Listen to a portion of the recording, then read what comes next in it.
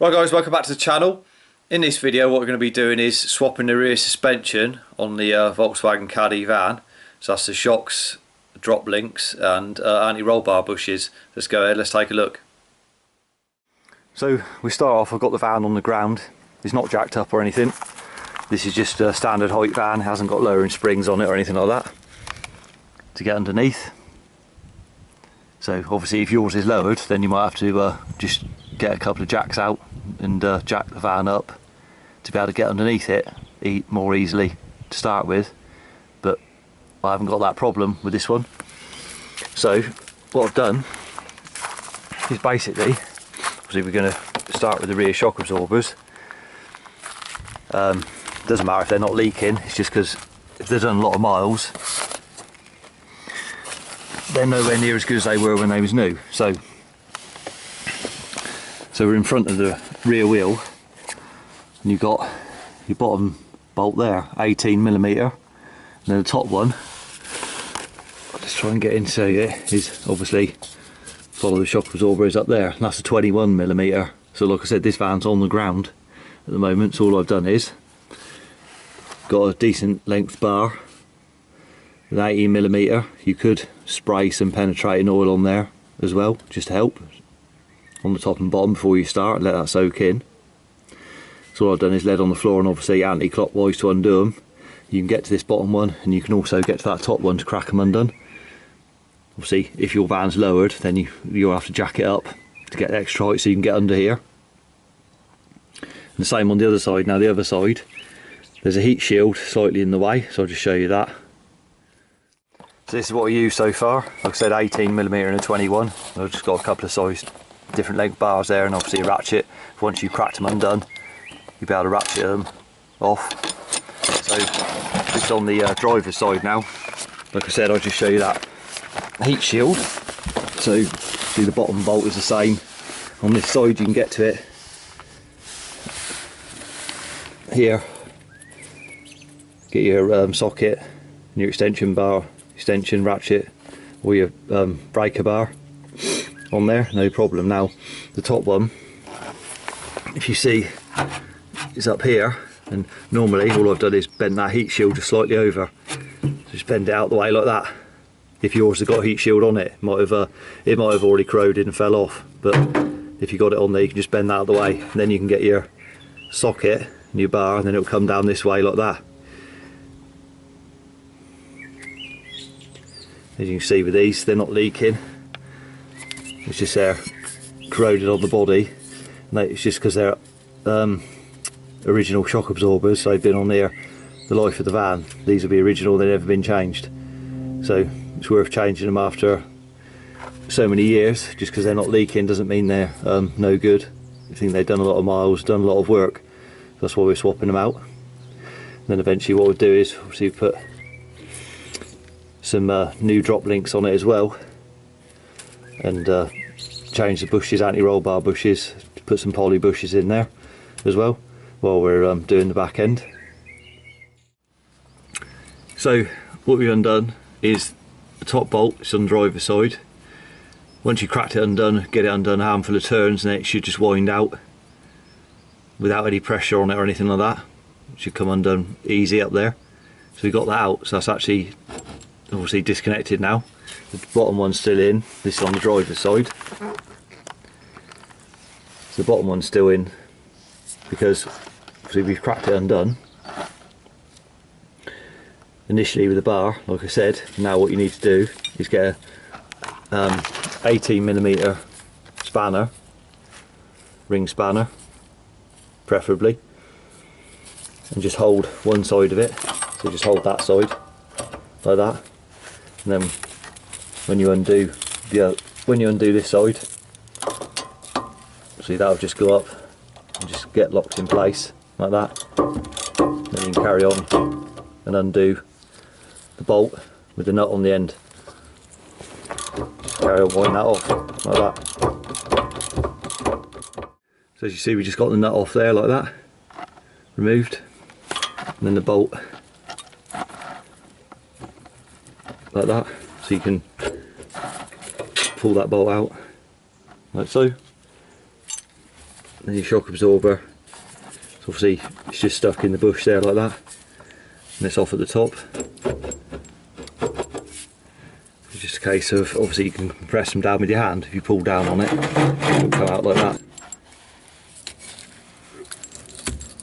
and wiggle it out of there, and that's the driver's side one off. So you have the replacement shock absorber. Obviously you can see this one, you can barely make it out on there, but that's an original shock absorber VW on there, the part numbers. So that's 8 years old, almost, that one, never been changed. Obviously the bushes in the end as well be worn. 8 years worth of road wear on them. So what I'm going to do is, before I put this back on, is just put some anti-seize grease just on the threads here of both of the bolts, just to help them, just in case you need to ever get them undone down the line again for any reason, just to help them. So we get this back on there, reverse of taking it off. We start with the bottom bolt and then do the top one. So that's the bottom bolt through the shock absorber there. Just nipped it up for now, not fully tightened it. So you hold your nut, just do your bolt up. And then what you can do then is obviously you can push on your shock absorber to shorten it down, and then you can just lift it up like that into place and get that, and get the top bolt started. So that's both top and bottom bolts tightened up. So all you got to do now is just remember, if your heat shield's on here, just bend that heat shield back over like that, where it should be. Then we carry on with the other side. So basically same process on this side. See, undo your top bolt first,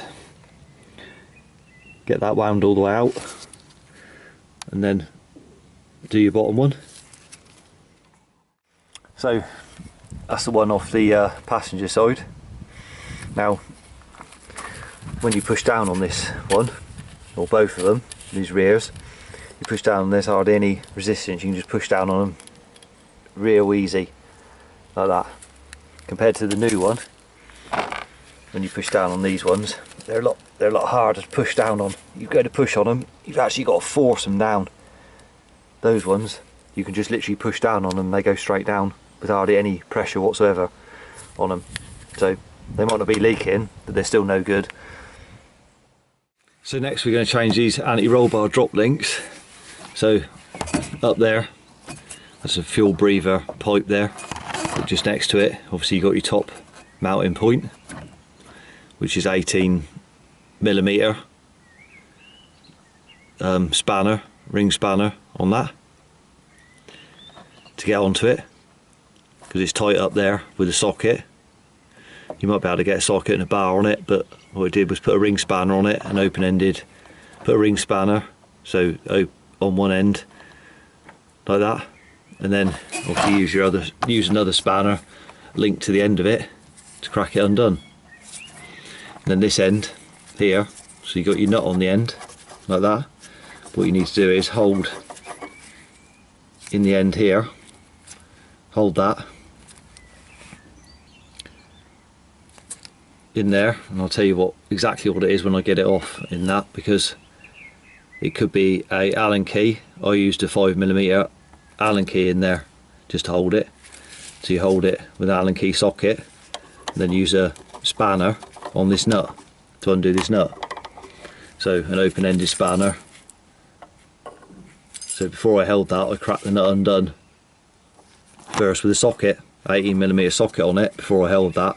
Then after you initially crack this undone, put some spray on it, and then hold this centre here while you undo the nut to get it undone. Then you just remove that off the anti-roll bar like that. That's all I've done there. So the other one's cracked undone up the top, but I haven't undone it yet right off of there.